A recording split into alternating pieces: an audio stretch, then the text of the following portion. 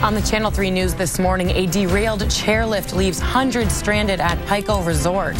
A winter wonderland like no other will take you to the north of the border for a tour of Montreal's new snow village. Plus, sugaring season is off to one of its earliest starts on record. We'll tell you what maple producers say it will take to keep the sap flowing.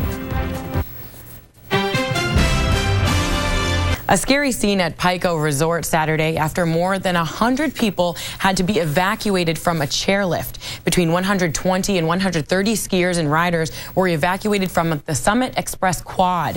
The incident happened around noon after mountain officials say a chair derailed at the loading terminal. The entire evacuation took about 2 hours to complete.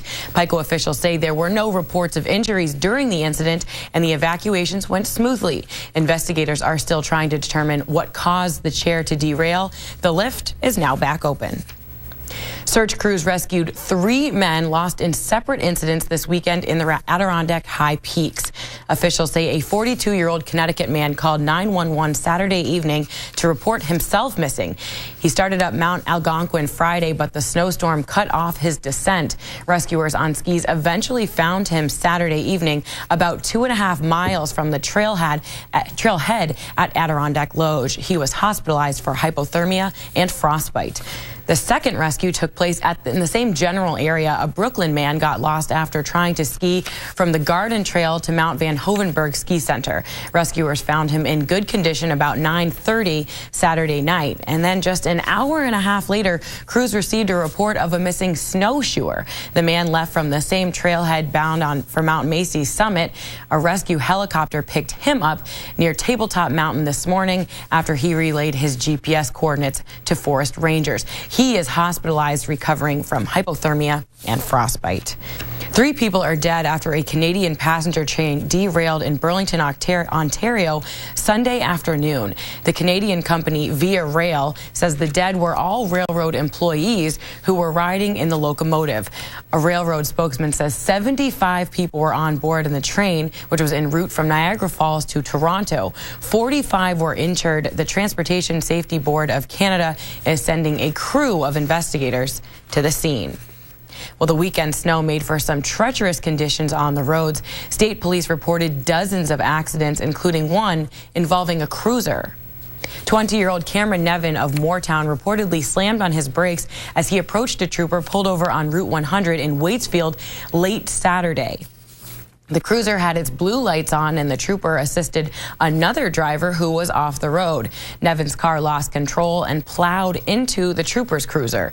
No one was reportedly injured, but the trooper cited Nevin for driving too recklessly for the road conditions. Well, Vermont's maple syrup industry is off to one of the earliest starts on record. And as Adam Sullivan reports, one producer, the news is both exciting and concerning as his business branches out. Foul play is suspected in the disappearance of a Florida firefighter. Jerry Pomodoro vanished on February 16th while visiting Jackson, Maine. He was last seen at this house. Pomodoro's rental car was found abandoned at a Walmart parking lot. State police have impounded 3 vehicles in connection with Pomodoro's disappearance, but no arrests have been made. New York legislators are stuck in political gridlock as they take on the complex task of redrawing the state's election districts. The Senate's Republican majority and the Assembly's Democratic majority appear unlikely to submit proposals by Monday's midnight deadline. That would throw off the timetable for a vote set for March. Most eyes are on the Senate, which is divided in just one vote. Governor Cuomo has threatened to veto any proposal that does not indicate major changes. New Hampshire's legislature is on winter break this week.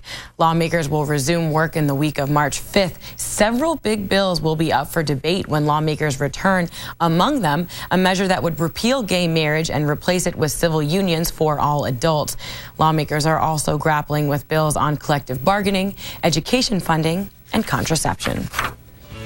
Well, coming up next, it's long overdue, but winter has finally arrived in Vermont, and we'll take a look back when the Winter Olympic Games were in full swing at Sugarbush 24 years ago today.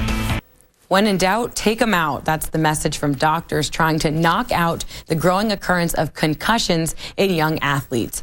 Dartmouth Hitchcock Medical Center invited families in the hospital this weekend to perform head trauma tests. The computer test establishes a baseline for young athletes, allowing for comparison scores before and after a concussion.